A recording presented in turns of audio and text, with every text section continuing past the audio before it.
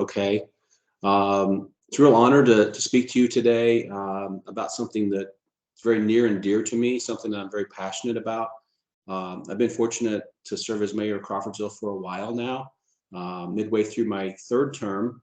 And prior to that, I had spent my career as a firefighter and a paramedic. So, been involved in government for really my entire life and spent a lot of time trying to come up with new ideas and engage elected officials before I was one.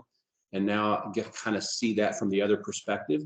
So I like to talk to people about how to effectively engage public officials. And, for me, it's very important because I spend a lot of time communicating with the public, but I'm also very, very big on innovation and new ideas and new ways of doing things. And I had always pushed for that in my career, sometimes successfully, sometimes not successfully. But as mayor, I've been able to really lead a lot of efforts to do things in new and innovative ways. We're very proud of our mobile integrated health program here, which has really changed health outcomes in our community. Some spinoffs for that is Project Swaddle, which is addressing infant mortality very successfully, getting high risk expectant mothers to full term. We also have a quick response team that has drastically changed our substance abuse, addiction, and overdose death data here in our community. So a whole section on chronic health. And then we do a lot of other things with renewable energy and a lot of different programs like that. So we're very focused on innovative new ideas and new ways of thinking and doing things. And the first step to that many times is approaching those local leaders or those elected officials and getting them to buy in to your idea of doing things differently. So today I'm going to talk about that. A lot of what I'll talk about is, it's based on my own experience, both the failures and the successes of doing that, and then kind of my understanding from my role now when people approach me with ideas or want to engage me, the things that I'm looking for, the things that make it successful, and the things that maybe trip people up. You have to understand first and foremost, and as I said, I've worked in government my entire life, and I say this with, I'm sincere when I say this, but you have to understand that government is filled with people whose first reaction is to say no. So when you approach them with an idea, we could switch slides here. I'm sorry. When you approach them with an idea, the gut reaction of pretty much everybody in government is to respond with no. You can go, there you go. Is to say no from the start because they're overwhelmed, they're busy, typically not real big on change.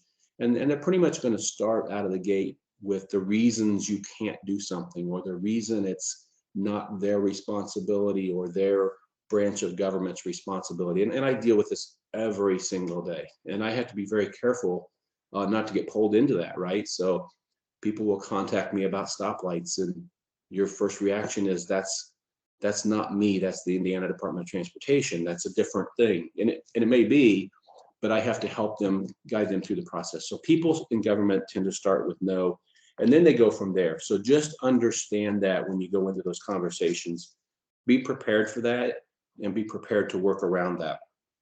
The other piece is, and again, I'll say this with all sincerity, I've been in government, like I said, my entire life, but government is filled, and this is at the local level, the state level, the national level, filled with a lot of people whose job is to build in those speed bumps and to slow things down.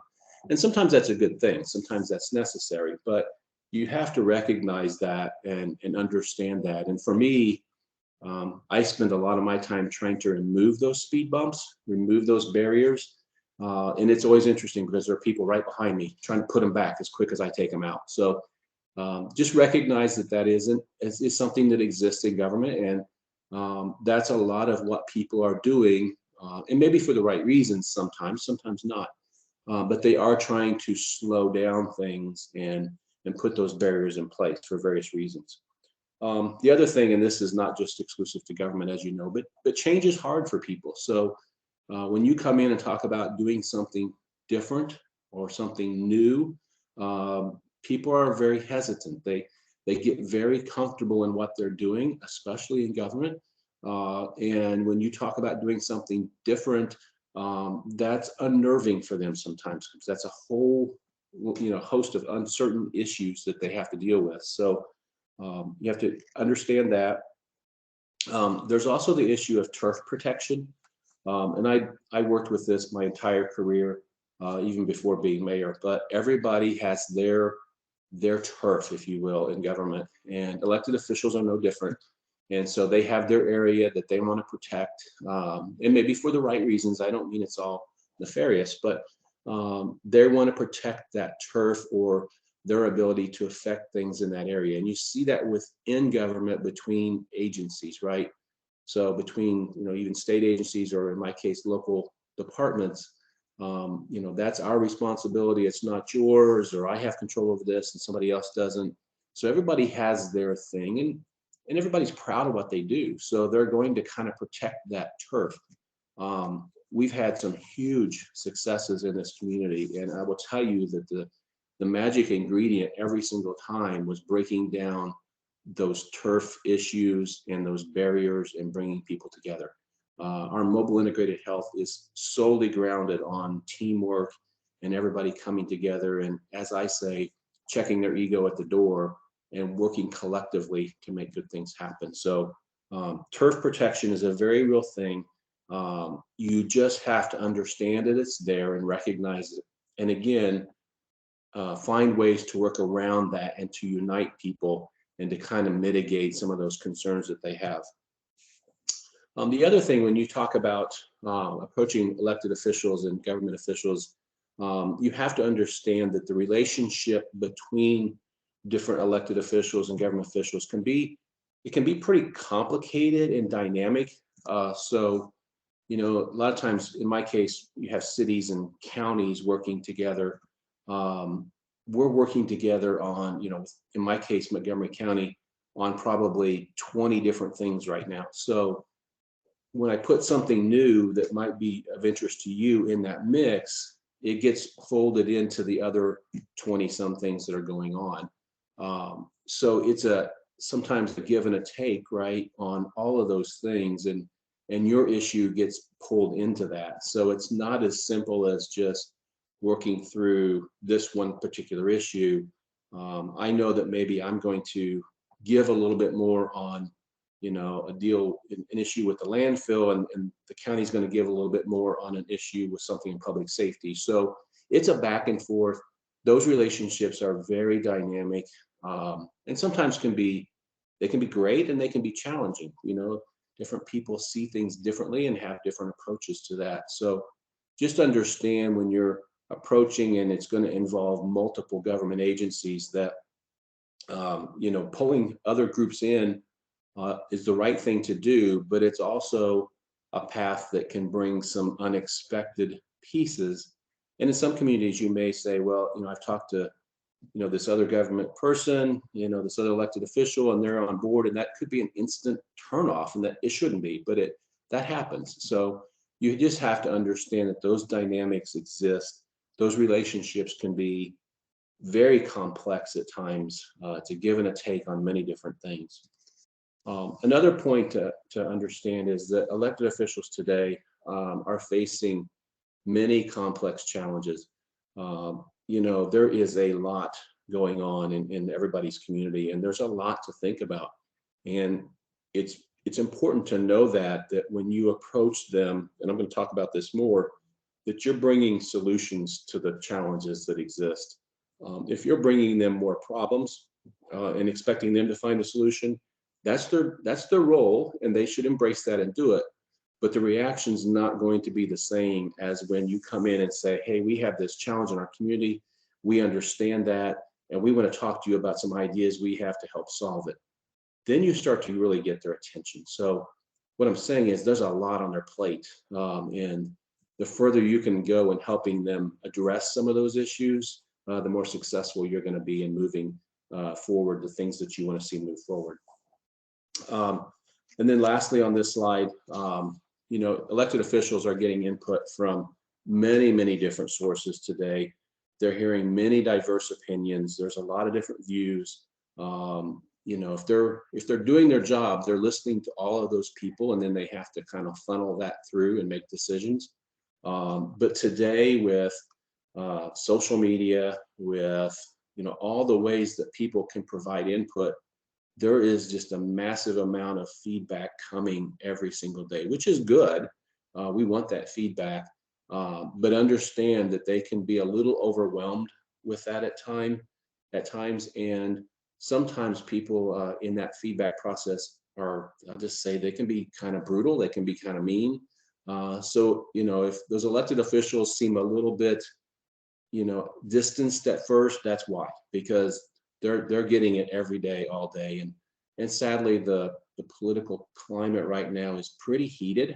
Um, and those of us at the local level, we're dealing with realistic, everyday issues, and it's hard because people are so wound up about things they see going on elsewhere that they kind of inject that into the local stuff sometimes. So, I've literally had people yelling and screaming at me because their trash didn't get picked up on time. And I'm like, well, your trash didn't get picked up. We'll get it.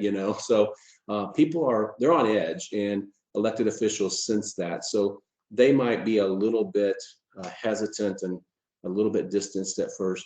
Once they see that, you're wanting to have a good, productive dialogue with them, I think you'll see, they kind of open up to those things. So on the next slide, I just wanted to emphasize not setting yourself up for failure. And I'll tell you this based on my own experience. There were many times that I thought I had some really good ideas, and I approached mayors at the time or county commissioners, and I got blown out of the water, right out of the gate. And it's because I didn't do my homework. I set myself up for failure. So, don't approach them, don't go to them with the idea until you've really worked through this and vetted it with some other people and have really thought about all the angles and really have something solid to work on. So where do we begin? On the next slide. Data is hugely important. It's important to all elected officials. I know it's very, very important to me when I'm talking about doing things with the city council, whatever. I need data, and everybody wants data. You have to make sure that you have the data to support what you want to do, because ultimately elected officials have to answer to the constituents, and so they need something to back up and to really put some credibility behind what they're trying to do. Make sure that you're using data, if you can, that's specific to that community. We tend to get that a lot, that people will show us data and it's from another community, and maybe we don't have the data collected here, so we have to look elsewhere, but sometimes we do. And there is a tendency to use a broad brush with data sometimes, and use data that maybe doesn't correlate to our community. I'll give you an example. There's been a lot of publicity about an eviction crisis in the United States and Indiana, and certainly that has existed. And so there was an attempt with local groups to write some opinion pieces in the newspaper and stuff about this crisis, and they ended up really kind of looking foolish because the data, for some reason, had gone the opposite direction here. And when you pulled the eviction filings from our courts in our county, they were less than half of what they had been. So you want to make sure you're using local data, and they didn't do that. They just used the national and state data, which was troubling, don't get me wrong, but for some reason, and I can't explain it, our data was different here. So use local data, make sure you vet it first. Don't try to fit data from somewhere else into a community. If you're talking about a specific program, and I know you guys have this, use the data tied to that program. You're doing some awesome things, and you've got the data to back up the effectiveness of and importance of what you're doing. Data collecting and pulling that stuff together, I understand, is a tedious, time-consuming process. It's not for everyone. It probably wasn't for me as a firefighter and a paramedic. That was not my favorite thing to do, but it's a necessary step. If you don't enjoy it and you're not good at it, find the people who do enjoy it and who are good at it. Like with our mobile integrated health, we have a whole section of that that's focused on acquiring and collecting the data to show that it's effective and efficient. We brought Purdue University on board to do that. We have the people who understand how to collect and synthesize data, to make our case. So pull those people on board if you need to. Make sure your data is vetted for accuracy. We had some issues in our community before where data was used primarily with the substance abuse issue, and some billboards were put up about, we're sixth worst in the state for drug overdoses and stuff. And it kind of backfired, and it got people's attention, which was good at the time, but it backfired because the data hadn't been vetted and the data hadn't been cleaned up. And we're a college community. I mean, Wabash College is here. People are going to want to see your source. They're going to want to look at it. And in this case, none of that existed. So that kind of unraveled, and that kind of was not a good thing. Now, in the end, it led to the important conversations, and we've moved forward, and some great things are happening to address those issues. But some people ended up looking pretty bad because they put these billboards up. And when I say people, I mean government, health department and such, put these billboards up, and then the data couldn't be vetted out, and they couldn't cite their sources, and they couldn't show how that ranking was calculated and things like that. So make sure that you do that. Also have it vetted for bias. Everybody has bias in their data inherently. So you want to have those independent sources look at it. We can all come up with data to support what we want and what we believe. You need to have somebody independent look at it to make sure that there's not a bias there.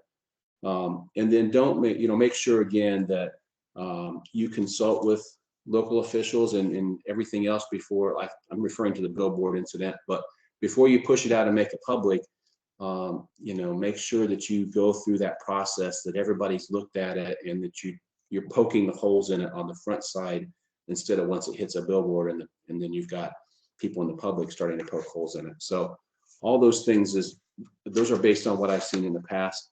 The next slide, in this presentation, a lot of times is what I give on the mobile integrated health side and helping communities engage their local officials in setting up a similar program.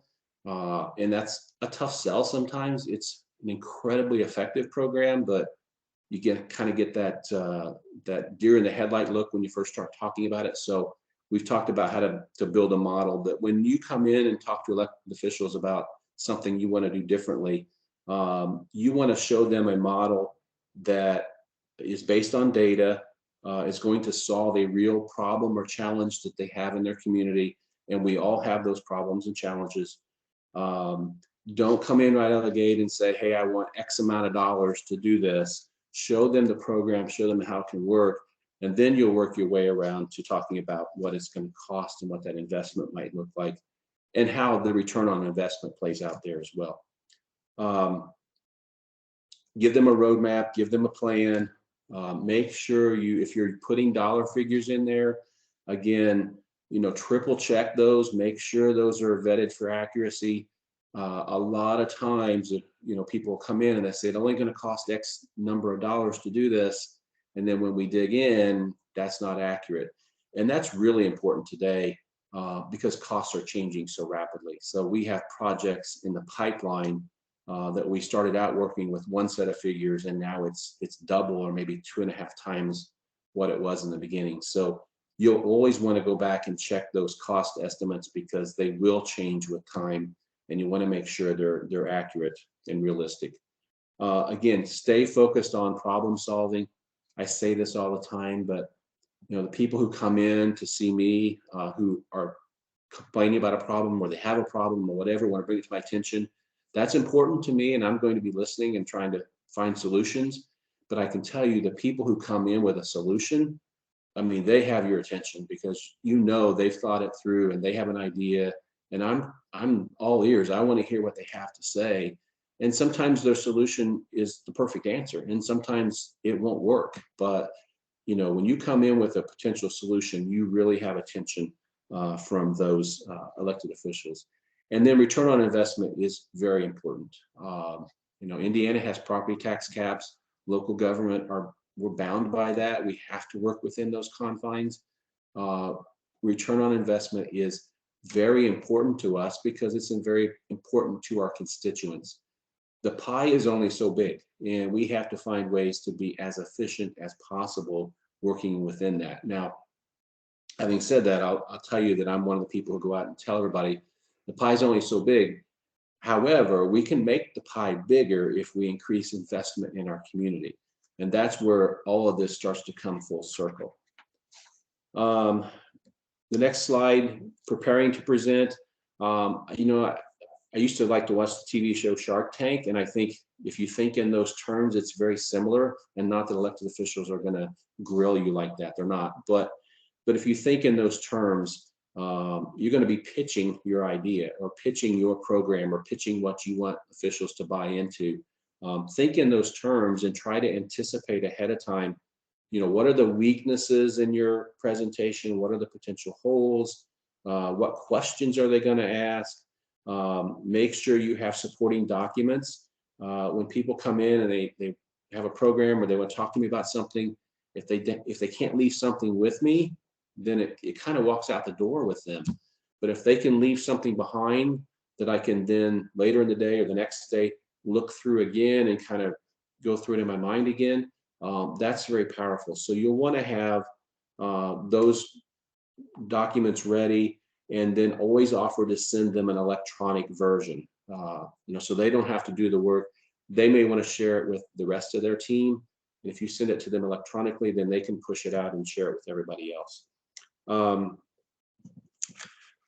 I talk a lot to the public safety people about this because I made these mistakes, but in that case, you want to get people outside of that world, and it probably in your case too, the more people you can pull from maybe outside your specific area, that might help you as well. Again, that balanced presentation, but keep it very, very focused. Elected officials are really, really busy, and there are a lot of demands on time.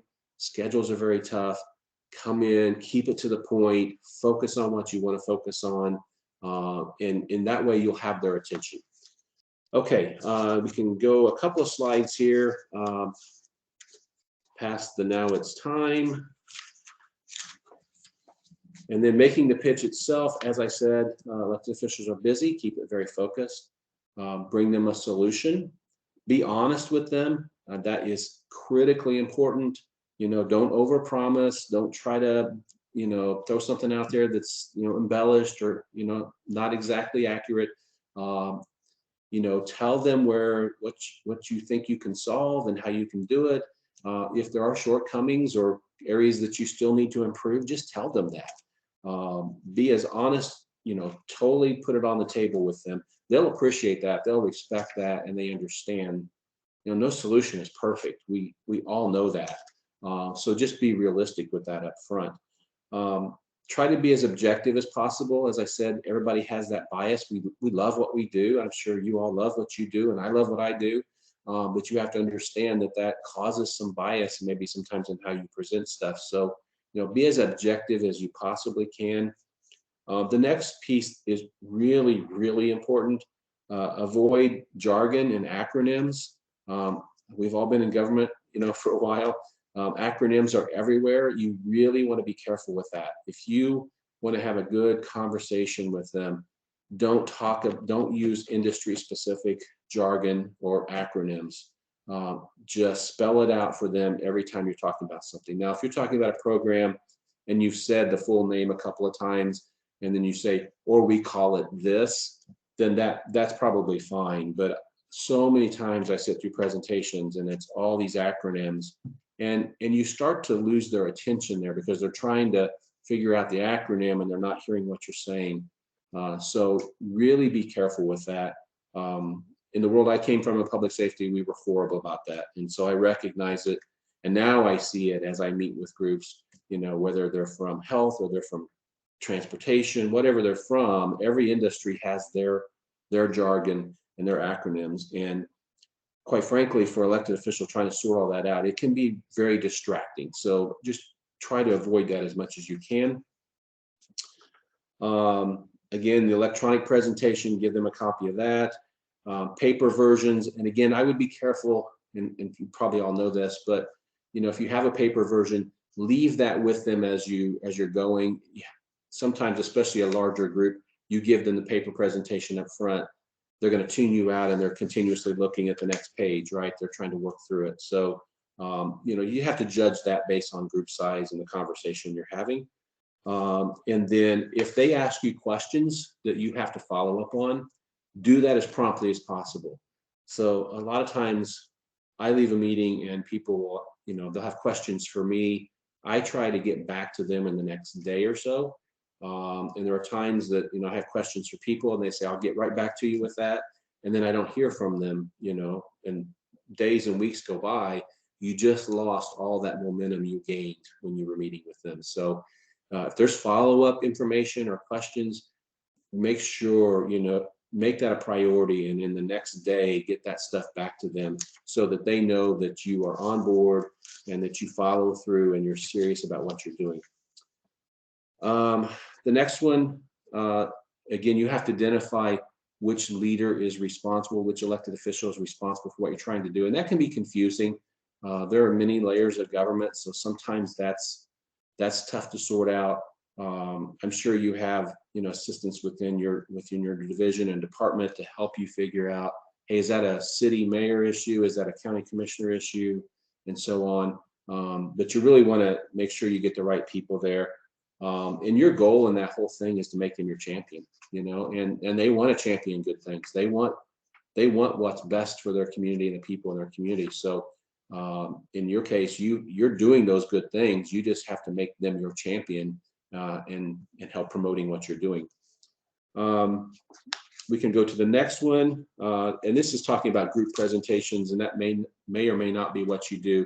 It's something we do a lot with the Mobile Integrated Health, and we do a lot of work around the state because we get grant funding from the Indiana State Department of Health for our Mobile Integrated Health programs. And the understanding is that we will go around and help other communities try to replicate what we're doing here.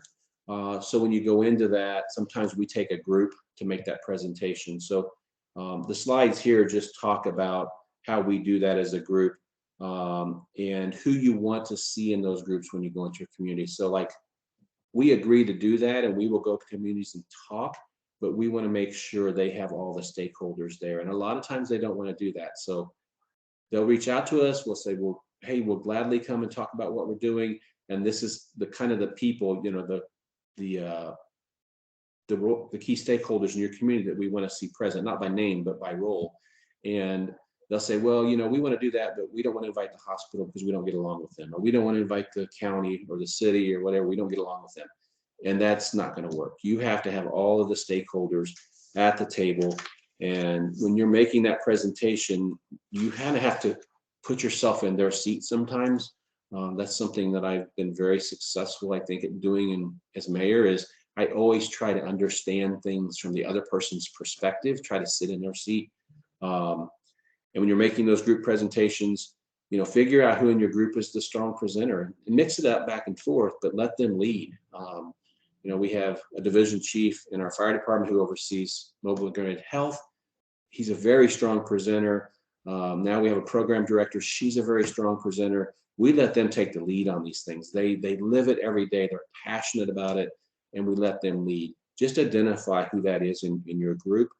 You all know this, but when you're presenting, you can read the body language a lot of times of people in the group, so you can see kind of what subjects you touched that maybe were kind of turning them off, and you can kind of see who maybe the people are in the room who aren't sold and maybe have reservations. You can tell all of that, and don't call them out in that group setting, but that that's somebody you need to focus on individually later on, so that they don't become defensive. Some of the pitfalls to avoid, this is very important, but don't promise results that you aren't sure you can deliver. I mean, no solution is perfect. Everybody knows that, but be very careful. That's a big thing for us in the Mobile Integrated Health. It's very tempting to say, hey, look what you can do. You can change the data in this way. You can make these things happen. And you just have to be careful doing that, because every situation is different. The dynamics in every community are different, and it may or may not work. So you have to be careful about that. Avoid, like I said before, the lack of objectivity. Don't assume others know what you're talking about. And it's important to not, if you're in a situation where you're moving a program forward and now it's starting to get maybe a situation where there's differing opinions, be very careful not to box people into a corner, especially, those in government. And I don't mean that in a negative way. I just mean give them options and give them ways to make decisions, to maneuver through, because they probably have a lot of factors that they're considering there. In it's just human reaction when you kind of get them pinned into where they don't have many options. They can react in different ways, and it may not help your cause. So be very careful with that. As I said before, avoid the jargon, the slang, the acronyms, those kind of things. And make sure any model you're proposing is inclusive to the entire community, if you will. Hugely important. You have to make sure that you show government officials that this is not targeted to just, one segment of the community. You have to show them that this is inclusive and this is going to cover, everybody affected by this particular issue in a community, not a particular neighborhood, not a particular, group singled out. This is across the board, because the things that you deal with, the things that we deal with a lot with addiction and substance abuse and some of that, it knows no boundaries. I mean, this is everywhere in a community, and you have to show that what you're designing is inclusive and will cover everyone. Key points to emphasize, if you have programs that have proven success elsewhere, show that. Again, every community is different. Don't use their data, but you can show how it's been successful elsewhere. And then kind of some of the things I want to end up with is understanding from the local elected officials' perspective that quality of life is an absolutely hugely important factor today. It is the driving factor in so many things. I spend a lot of time in the economic development world, and I knew nothing about that before I became mayor, but we've kind of been working very aggressively in that area, and we have to, because if your community is not growing, you're going to be in trouble. And I've learned a lot in that area. And the reality is, in the more than a decade that I've been involved, economic development has changed drastically. So previously, the thought was if you create jobs, people will follow and fill those jobs. And today it's the inverse. Jobs follow people. People don't follow jobs. And my community is a good example. Today, there are probably 250, 300 full-time jobs with benefits that are not filled. And we have about 800 more coming over the next 2.5 years. So we're in a tough situation. So the jobs are here and you don't see people rushing in to fill those. Well, that's because quality of life is a huge factor. We have to create the type of community in which people want to live. And every community is up against this. So they're making decisions on how they can improve their communities in ways that attract population to their community, knowing that then the jobs will follow that, which brings the investment, which increases the tax base, which allows them to provide city services at a more efficient rate. That is the whole name of the game. So elected officials are driven by different things than they were years ago, where it was just simply, I'm going to try to land the next big employer and create all these jobs, and that solves everything. It's kind of the opposite today. Now I have to attract people to my community. So I'm going to be paying attention to public health and parks and all of those things that maybe were on the side burner before, now are hugely important. So understand that when you're talking to local elected officials. And if they don't know that, they're probably new on the job, and they're going to figure it out very quickly. Everyone does, because that's the name of the game.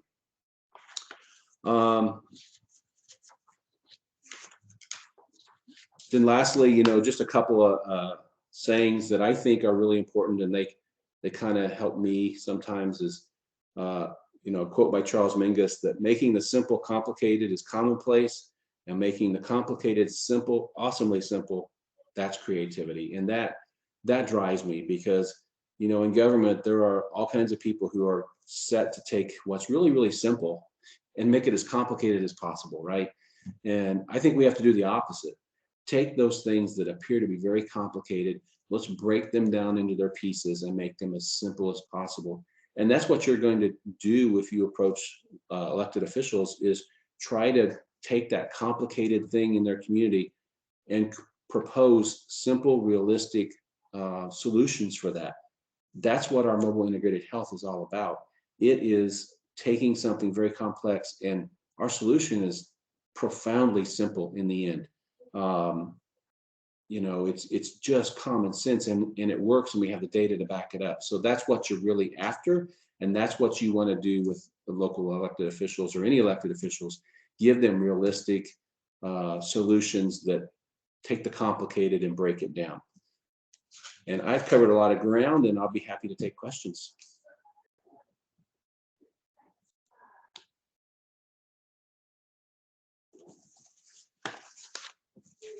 All right.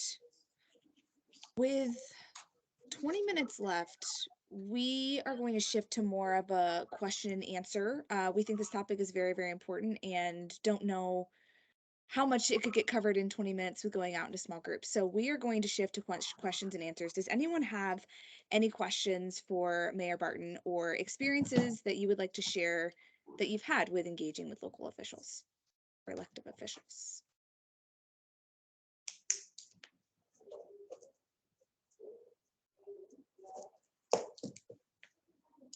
Hi, my name is Kayla. I'm with the Immigrant Welcome Center. We represent immigrants throughout the state, but we're locally located in Indianapolis. Thanks so much for your presentation.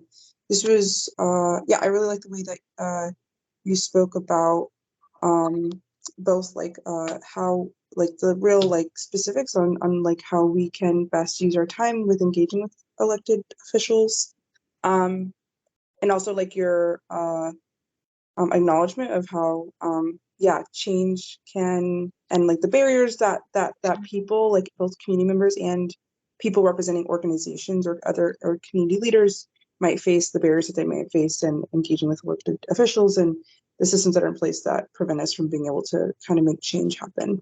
And it sounds like you're doing great work in Crawfordsville. So thanks so much. I was wondering, what could you maybe speak more about specific instances when you talked about when you have to get a lot of different folks engaged and there might be tension between different groups of folks. Can you talk about a time where you've seen folks who have or different groups of people who have in the past had tensions, but that you've seen them come together for something and work together, and maybe what that looked like? Sure. Yeah, we've seen that on a couple of levels, specifically to the mobile integrated health piece. You see that among leaders in a community. They all kind of have their turf and their ideas of what they want to do, and maybe those relationships sometimes are not as strong as they should be. So we've seen it there, and again, it's about getting them all in the same room, and really, it takes kind of sometimes somebody from the outside to kind of prompt them along, because we're a little bit we're neutral. I don't know what those battles are about, and kind of get them to open up. And they just have to see an example from somewhere else where we all work together. And then speaking on a broader perspective from the community, we use a program called Democracy and Public Discourse. It's through Wabash College here in Crawfordsville, but specifically they train young people, they train these students to facilitate difficult conversations in communities. And we've done that on a whole host of issues. I mean, and what you see is people come in on both sides of an issue, and they're amped up. They're kind of ready for a fight, right? And there's a presentation in which kind of both, you have a panel and you have diverse opinions on that panel, and they kind of talk about it. And then you break them into smaller groups where they have these conversations. And the reality is, everybody at the table, there's a mixed group at the table, different opinions.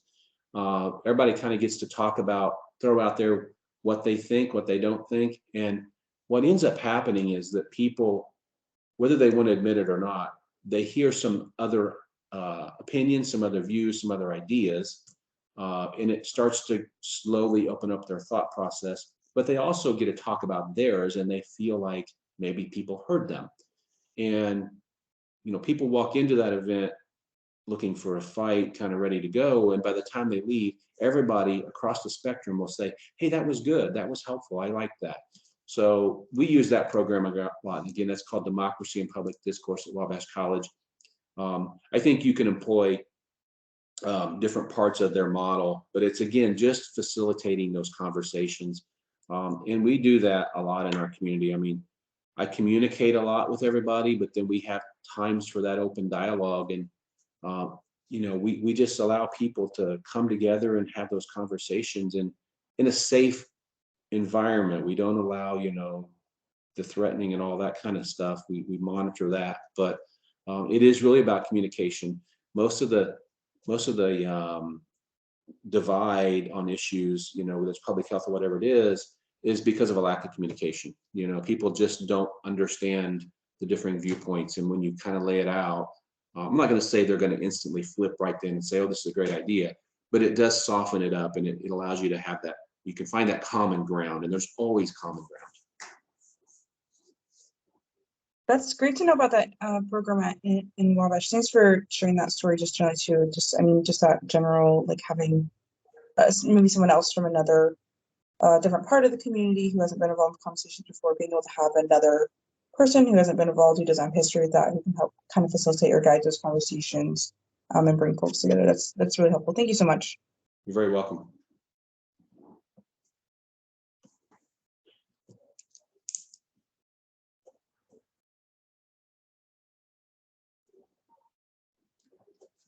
What are some of the projects that you are currently involved in, and where have you seen strides and where have you seen hurdles, and for what reasons?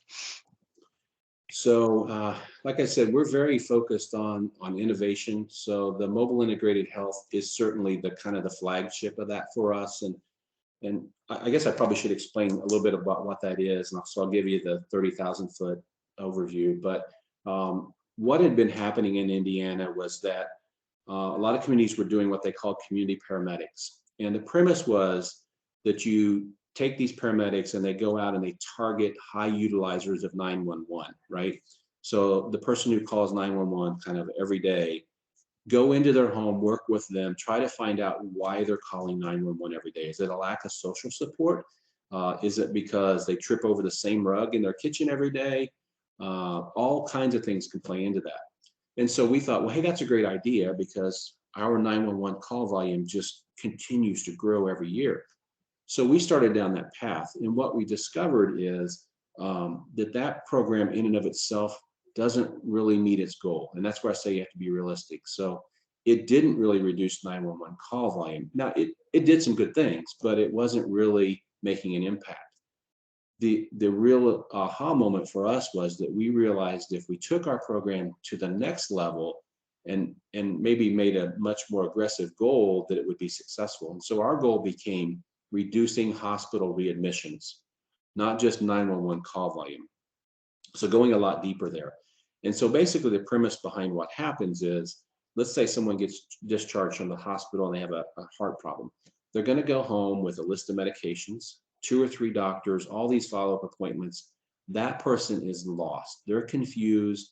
Probably when they were discharged from the hospital, the physician spent 5-10 minutes with them going over this stuff. Statistically speaking, they will end up being readmitted probably almost 50% of the time for the same problem within 30 days. So we recognize that that's what we had to target. What we do is we've taken paramedics with experience, like 20 years experience. We give them additional education. They go work in like primary care settings and things like that. And then when somebody is discharged, their physician can enter them into this program. And so that paramedic then goes into their home in a day or two after they get home, let them get settled, and then sits down at the kitchen table or wherever, walks through all their medications, makes sure they understand them, make sure they're taking them correctly, goes over dietary changes, all their follow-up appointments, make sure they understand where they need to be, when they need to be there. And they can do in-home physical assessments, so they do exams. They can do some labs in the home. And then they are on the same software, in our case it's Epic, as the physicians. So they can go in and then enter all of that information into the patient's chart, and the physician can see that. So the physician then, let's say the paramedic says, hey, Bob's potassium is off.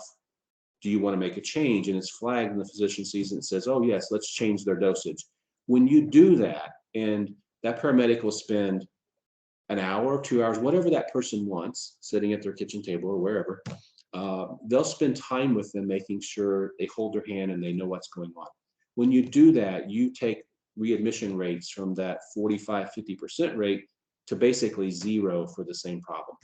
You really solve the problem. You drastically improve the outcome and the health quality for the patient, but you're also not seeing them readmitted for the same problem. What we knew was that under the Affordable Care Act, like in our case, our local hospital was getting penalized for those readmissions, and they were at the maximum, which was $3 million a year. So it was a sell for us to go talk to them and say, hey, look, if you invest a few $100,000 so we can take these paramedics, give them education, set them aside, have them just doing this, we will reduce your hospital readmission. They're currently not getting fined. So they'll invest in our program to avoid the fines on their end. We started out with chronic disease, cardiac, respiratory, diabetes. We're still very strong in that, but we've since branched off. So now we have Project Swaddle, which Dr. Box has been a huge proponent of. She's really helped us with that. And it's targeting high-risk expectant mothers. And what's happening is any mother who's identified as high risk for a premature delivery by their physician can be referred into the program. Again, we started with an experienced paramedic. He would go in, meet with them, make sure they understand their prenatal care, that they're getting to their appointments. If there's addiction issues interwoven, substance abuse issues, domestic violence, all kinds of things can come into play there, dietary issues, that he's getting them into the resources that they need. And last count, I think we had like 250 moms go through the program, and all but one had gone full term. So if you think about avoiding the NICU, the cost of a NICU stay, the lifelong implications of a premature birth, I mean, this has been profoundly effective. We did receive another grant from the State Department of Health. So we've now expanded that program. So now we not only have that paramedic, we've hired 2 nurses who are also seeing their own patient panel as well. And that allowed us to expand it beyond, in our case, the Franciscan network, but into, it doesn't matter where the patient's going to deliver, anybody in our community who's referred in by their physician can be in that program. So we're about a month in, expanding it with the 2 additional nurses on staff to do that. But the data has been incredible there. So we have that piece. We also have what we call Quick Response Team, or QRT, and that's taking an experienced paramedic. We pair them up with a social worker. So we actually have 2 social workers on staff in the program, and then sometimes a police officer, depending on the situation. And their whole goal is to navigate people who are dealing with addiction issues, substance abuse issues, or mental health issues, to navigate them into the correct treatment. The big weak link in Indiana is treatment. So somebody goes to the ER with an overdose, they're going to treat the physical piece of it, discharge them, say, hey, we'll try to get you in treatment, and the person walks out the door and they're going to use again, they'll probably overdose again. One of the problems we saw in our community, most of our overdose deaths were people being discharged from jail who were maybe been in jail for 3 months, 6 months. They get discharged, they go out and they try to use like they did before they were in jail, and they would overdose and die. So now with our program, everyone who overdoses, everyone who has an incident, whether they go by ambulance or they just go to the ER, the QRT team, they go in and meet with them, and they try to navigate them into treatment. And our team they're in tune with where those beds, where those inpatient treatment options exist. And they're not in our community. So they will physically drive people to these various sites to get them admitted. They work with getting them qualified for emergency Medicaid, whatever it takes to get them help when they need it. And they hold their hand through the process. And when people are going to be discharged from jail, they're in there meeting with that person ahead of time to make sure that they have CPR training, that they understand Narcan, that they're equipped with the tools to succeed, that they understand that they shouldn't use again, but if they do, they cannot use at the levels that they previously did. And then they pick them up the day they're discharged. Our sheriff used to say it was 3 blocks from the jail to probation, and none of these people could make it the 3 blocks because a friend would pick them up, and then they would go right back down the path they were on. So our people pick them up, they drive them to probation for their first appointment, they drive them to the physician for their to get them established in medical care. They do all of those things. And then our QRT has the ability, we're waivered, so we have the ability to give the medications to stop the craving for opioids and those substances. So, and I think we're the only program in Indiana, I'm pretty sure that, maybe 2 or 3 in the entire country that can do that. So our paramedics can give those medications for up to 3 days, and then the person's has to follow up with the physician or nurse practitioner to continue beyond that. So you meet people where they are, and you get them to help when they're most vulnerable and willing to accept help, and you get them that bridge to get them on the path to the treatment option. And the treatment is not one size fits all. Some people go the faith-based option, some people are more chemical based. You have to have every tool in your toolkit, but that's what our QRT team does, and we are seeing dramatic shifts in our data as far as substance abuse and addiction and overdose deaths and things like that. I mean, the data has drastically changed. So those are some of the things that we're doing on the health side. We're doing some things on other sides, like I said, with renewable energies, things like that. I mean, half of our daily electrical load, we own our own electric utility, comes from renewable and solar. So we have 5 very large solar parks here that supply over half of our power needs every day. We just try to find new ways of doing things and kind of thinking in a different way. This afternoon, we have an announcement where we pooled together with our community foundation and some of our industries to open an early learning center. We've known for a while that we're a child care desert. And so we've been working to address that. We now have a full-time early learning director on staff through the foundation, supporting our existing providers, but we're going together collectively to add more capacity.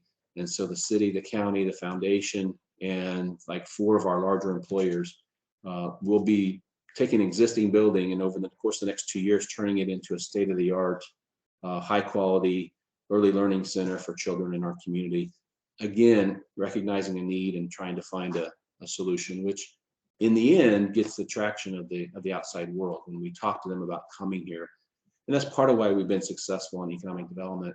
Like Temper Sealy International, the people who make the foam high value foam mattresses, they're building their largest facility in the world in Crawfordsville. It's almost done. And that was part of the selling point, was that our community recognizes challenges and we find locally driven solutions, and we all come together collectively to address them. That was a long answer to your question, I know. Thank you very much.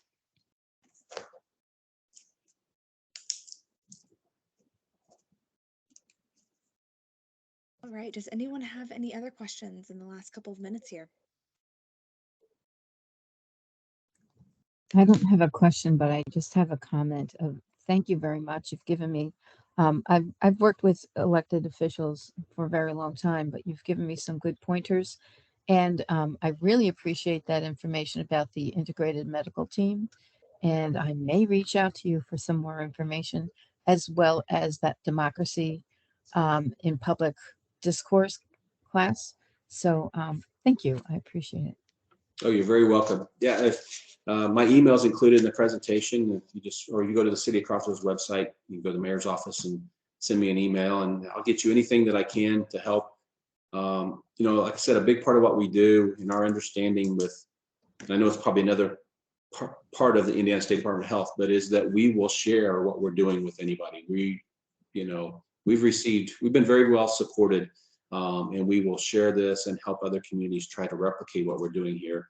Our QRT right now is funded through a HRSA grant, and basically said, we want to fund this 24/7 for 3 years, and we want you to build a model that can be replicated around the country. So we're an open book. We will share with everybody, and we recognize those barriers that exist when you talk to elected officials about this stuff. So it can be a challenge, but it can be very rewarding as well. Well, thank you. And I already have your email written down. So thanks. Yes, we appreciate your transparency and just your time to come and speak to us because it's not often that we're able to talk with an elected official to get those key pointers. So thank you so much. And everyone, we realized we stepped away from our original model. We just thought the subject was so important and wanted to just continue on in more of a webinar style. But if you feel like you would like to have conversation, dialogue, discourse within this topic, we are more than happy to set that up over the next couple of weeks. Just let us know. I'll say that in our post email as well, and we can set that up, no problem. Also, we have one more dialogue session for the year. We are going to be talking about nutrition incentive programming in December with Michelle Shippey. She's going to be talking about her Fresh Bucks program that her and her team have developed, and we're going to just be talking and seeing how that could develop over the state over time. So thank you everyone for your time, and thank you again, Mayor Barton. We really appreciate it, and reach out if you all have any questions and we'll send the presentation in the post session email.